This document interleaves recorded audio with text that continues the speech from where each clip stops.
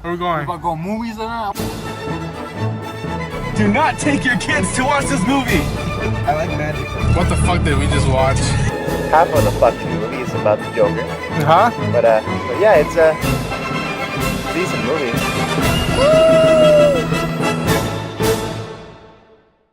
Alright guys, we just got out of King Arthur screening and we got some cool hats. Yeah, they gave them out on the entrance. AJ finally got to hang out with me again. And but yeah, King Arthur, Guy Ritchie film with Charlie Hunnam and Jude Law. What'd you think of it? I thought it was a pretty decent story, built up. Took a little while though. It was a little bit slow for my taste. Towards the middle or towards the second act? Well, they basically towards the middle. Because the first they wrapped up. The intro was like the intro was like pretty fast. Like he gets betrayed. Yeah, everything went high speed just to catch us up on like modern day. And he grew up, and you know, it's that went pretty quick. But once it got to like getting towards the middle, it started to get a little slower. And I'm like, okay. I mean, it's okay. It's fine. You know, I mean, we have to know this stuff anyways. Yeah. But when it came to like the humor, you know, that's what keeps you hooked. You know, like the fact that you kind of get like a little bit attached with these characters, with their personalities and stuff. And I did with at least a little bit of them. Yeah, so like they were smart asses. They were like they were just clever with their wordplay and puns and all that. So that's what kind of keeps you hooked with the story as well. Trying to add a little humor, not just trying to bore you with words. So that I enjoyed that. And then the fight scenes as well. Like there was only one issue with the fight scene. There was a lot of CGI with it. Like you can obviously tell. Which is like I think at least that it was necessary CG, but it just like you could do CG that doesn't look too obvious. The first fight where he's like he first gets the hang of it, or doesn't accidentally gets the hang of it, it looks pretty practical. Even though it's CG, I'm like, oh, that's badass. The first fight was badass. He could freeze time and shit, and everything slow motion like the Matrix. That's when you kind of like get what he can actually do with the sword, and that's when you get a grasp of like the potential power that he can have, and that was actually pretty cool. It wasn't like so much. It didn't last so long, but it was subtle. It was subtle, but like it just. That's where the power explodes, and that's where you finally see, okay, this guy with the sword, if he can control it, can do amazing things, and it looked really cool. Like that part, yeah. Now, granted, I'll say this: that for me, yeah, this film was entertaining. I was entertained. I like Guy Ritchie's past films. I like his Sherlock films, both of them. That's Robert Downey Jr. as Sherlock. I liked his last film, The Man from U.N.C.L.E. I thought that was a slick style spy film from the 60s, 70s that I dug. And then when I saw that he was diving into the world of Camelot or King Arthur's tales, I'm like, I want to see if it's slow motions and like cinematography that looks very like. He does like using that slow motion. Yeah, and it was an interesting thing. I kind of dig it, and I kind of didn't dig the style.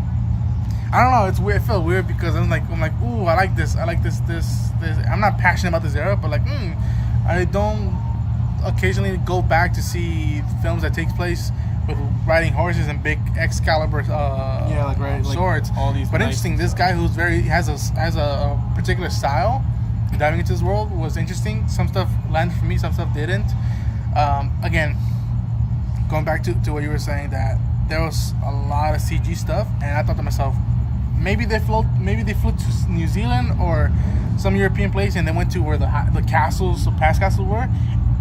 If I ever see a bonus feature and like they actually went there, kudos to that. But a lot of those castles felt CG'd, and I'm not one to judge VFX from a industry point of view, but from a fan point of view, I'm like, big castle. There's something about blending CG and practicality that's gold, and I don't know. It just felt. Sometimes it took me off of the film. Sometimes it didn't. But yeah, I felt that it was rushed very quick, even though I knew it was a basic thing. Oh, he lost his family. He grew up in the suburbs. Well, the brothels. The brothels. Those are like the whorehouses. Yeah, the brothels. And I like that he sort of the unfortunate stuff that happened to him. The unfortunate stuff that happened to him built him up to be more compassionate for the third class, if you could say, even though he worked in a whorehouse. Yeah, but he ended up taking charge, and he started making a lot of money. Like, and he was hustling. He was a hustler. He was hustling before there were streets, and well, there was prostitution. But let's talk about the performance. Did you like any of the actors' performance? Like, everybody played a really good key role as supporting characters. Like, they had their own story as well. A few of them, like the background. They tell you just a little bit of each character really quick. So, which sort of bummed me out because it's like I'm supposed to connect with these and they're supposed to be friends, but I didn't get that organically. Like those, like his two friends. That's like the one who has a son, Blue son. Yeah. I can't forget his name. His name is Blue. Yeah, Blue, and then his other friend. I immediately there was chemistry. I felt it, but at the same time, I didn't feel the depth of them growing up, even though it was that quick edit, like boom, boom, boom. He's a kid, he's 10, he's 15, he's 16, he's 21, boom, Charlie Hunnam. It was so cut quick that it was like, wait, I gotta see at least something grow out of his childhood. So like as he grows up, you don't really see those two characters grow up with him. Yeah. They just appear out of nowhere. Like they already start working with him and everything like that. And apparently they're all like really good friends, best friends. And yeah, they help each other out. He's the leader. I don't know the actors' names, the disciples, if you say, of Arthur, his men that follow him. The guy from Blood Diamond, and he was in Guardians of the Galaxy as well. I forgot the actor's name, but he's amazing in Blood Diamond. You should check that movie out. And the other guy from the Maze Runner film, I forgot which one it was. He did a quick appearance in Dark Knight Rises. But yeah, I thought those two. I forgot the names. Like they were good for what they had. But I'll say this: most of these, with the exception of just Charlie Hunnam, King Arthur, no one was really fully developed, and that sort of was like bugging me about. I'm like, I want to care about these characters. They're amazing actors, and there's a reasoning why they're in this fight. But I have no full-on connection with them. The only connection is that I'm sitting in an auditorium looking at a movie and I'm following I'll root for them, but I don't know. I think something. I see what you mean. Like there was no character in there other than King Arthur that I wouldn't have mind if they died. Like honestly, I wouldn't have mind. Like, oh, he died. Okay, I mean, like so many characters died. Like so many of his like followers and his like friends. His little group where they try to take over the castle and everything like that. They died trying to save him. They died trying to help him retake the castle. A lot of them died for like his cause and everything. And you don't necessarily feel really sad about. I didn't feel sad about any of the characters that died. I'm like, oh, well, he's gone. His one friend that had the son. I'm like, oh, his son saw his own dad die. Yeah, like that's the only part where I actually where you actually get the feels about it. Yeah. Kind of like slightly, it's like you don't want to be that kid who sees you don't want to be the kid that sees your own dad die. So Jude Law, his uncle, Arthur's uncle, and I forgot his fucking name. Jude Law's character. I think Jude Law's a great actor from what I've seen. I liked his acting. This one, I knew he was gonna be a cynical bastard. Yeah. But it was like, yeah, I don't like that guy, but it's like there's no reasoning. The only thing that kind of made me laugh a little bit was like, really, was that he got jealous of his brother, Arthur's father, played by Eric Bana. He killed his own wife just to get the power from these mystical squids. What are they? Sirens? They're sirens, right? Yeah. Squids that are like in his basement, in the basement of the castle. Yeah, like how the hell does nobody else know about that but him? Like he's the only one who goes. He had down. the key to the door, dude. Well, yeah, but like, is he the only one who knew about that? Like, seriously? But again, Jude Law, he killed his wife. He got the power. and You got the kingdom after that. he got the kingdom, and then fuck, he's like fuck, I can't get Arthur, I can't beat him. What I do? He won't give. And they're like, you know what you have to do. You either kill him or you pay the price. You know what the price is. If you needed help, then you know what the price is. You need to kill a loved one, like someone from your own bloodline. So he killed his daughter, dude. He killed his daughter to get the extra power to kill him, to Yeah. kill King Arthur. Yeah. But eventually King Arthur fought his fears, went against his fears, and then he got that extra boost from the sword. I guess he used his full potential and beat what's his face. Charlie Hunnam, Arthur. King. No. Who? What's the king's name again? What's his name again in the movie? Jude Law. That's The bad guy. King. Yeah. What's his name again in the movie? I forgot his fucking Yeah, name. I forgot his name. I just thought. I just call him Uncle because he's the uncle. It's weird. It's It's a classic Lion King thing, like fucking Mufasa. And yes, I felt that. I'm like, long live the king. I'm like, no. But yeah.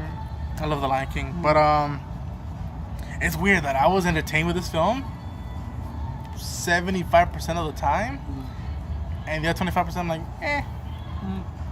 could be worse. That lady who played the mage. The mage. No, she doesn't even have a name. She's just called Mage. Yeah. She was unique, and yet it was very. She sounded robotic, honestly. She sounded robotic, but the performance was, at least body chemistry, the body language, and then her approach. It was very in the shadows, and then coming out a little bit. There was one part that she makes King Arthur get this venom from a snake to see the evil forces and what will come. And she's like, you will drink this, and you will see what you want to see. You won't like it, but you have to fight the darkness. That's where I guess he starts conquering his fears, right? When he got bit with the snake, it felt very robotic. I'm like, come on, don't. That's the worst thing that you can make an actor do is make them sound robotic. Give me your hand. Unless it's science fiction, but this is not fucking science sci-fi. But yeah, going back. Yeah, Jude Law was sort of, I guess, and I really think he's a great actor, but I guess Charlie Hunnam was cool. I got behind him. I knew what he didn't want this stuff, but then again, he said he with the magic power, the black power, I guess, the black power, the black magic power. He realized that like if he doesn't do nothing about it, all he cares about, or the space he would want to go and mind his own business, won't exist anymore. So he's got to do something. King Arthur, Legend of the Sword. 75% of the time I was entertained. I don't. It's not like whoa, this is a franchise. This is amazing. No, it was. I don't think there won't be a sequel to this. It's not my favorite Guy Ritchie film.